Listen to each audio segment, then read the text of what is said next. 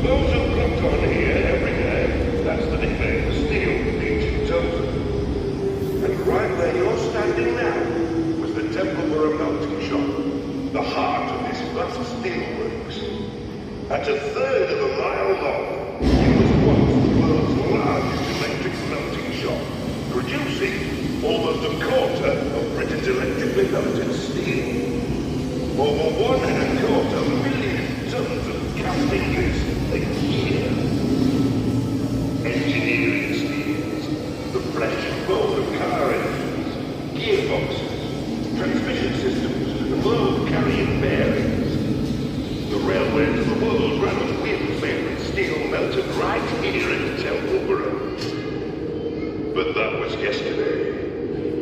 Today, you're looking at a dragon's graveyard. Down there is all that's left of one of man's mightiest crucibles of creation, an electric arc furnace. Only that particular beast, E-furnace and Temple, pioneered many techniques which set the standard for manufacturing engineering steels worldwide. Since 1993, it's laid idle.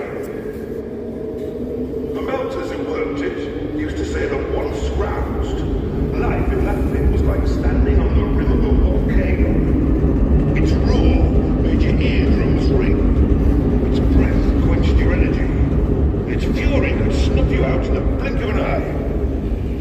Sadly, we can't turn it back on again. But perhaps, with your help, we can conjure up an impression of its awesome might.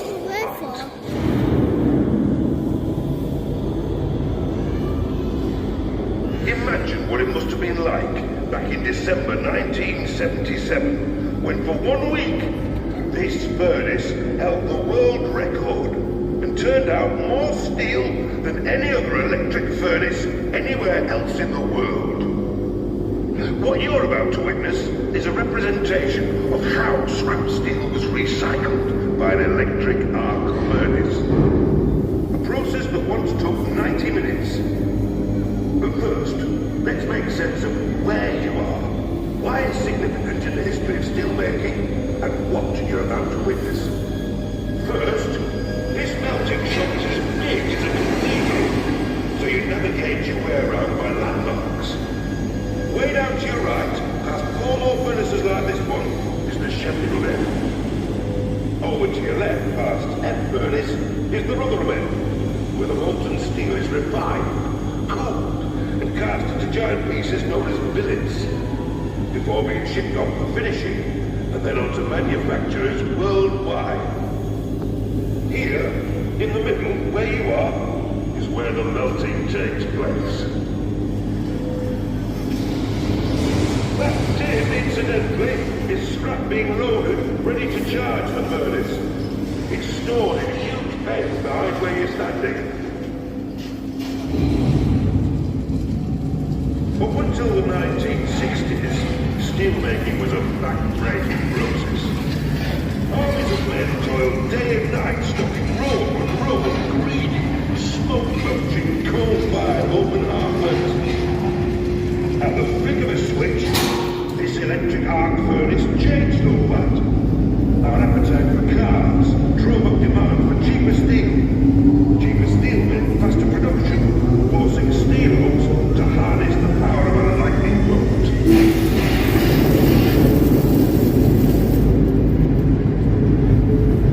What 14 coal furnaces struggled to produce in 12 hours, he and its 5 sisters at Temple did with volcanic ease in less than 90 minutes. And now, for our demonstration. First, you need power. The transformer house delivers it. Each melt gobbles up 750 million units of electricity, equivalent to the consumption of a town the size of, say, Rochdale. Here's the control. From here, the first hand melter would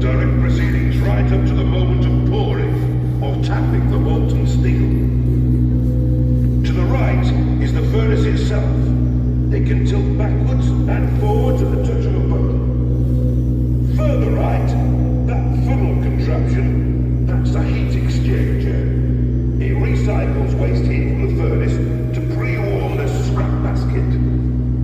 And finally, the scrap basket, where the process begins. The scrap basket's now being hoisted over to the furnace by the basket crane operator. Making quality steel means using a balance of graded scrap. Everything from heavy stuff as big as girders to industrial waste like metal shavings and nuts and bolts. Things mixed up with limestone, which soaks up impurities, and pig iron to give it zest by aiding combustion. In order to achieve maximum melt, the team will need to charge the furnace twice. That din is the furnace lid being swung out of the way, ready to receive the first charge. What's critical is aiming 80 tons of scrap directly into the furnace.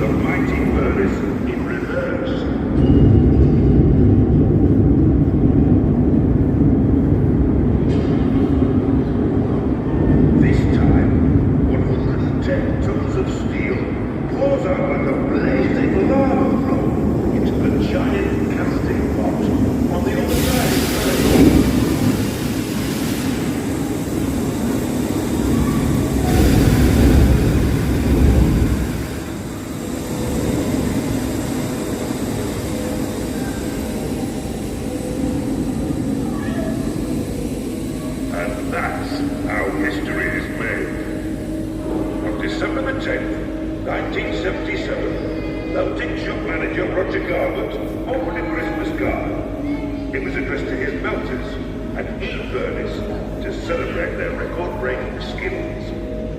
An average of 74 tons an hour every hour for a week. The world record. And the well-wisher? None other than Jim Callaghan, the great Prime Minister. We should be grateful too. Don't forget that steel is the backbone of the world we inhabit today.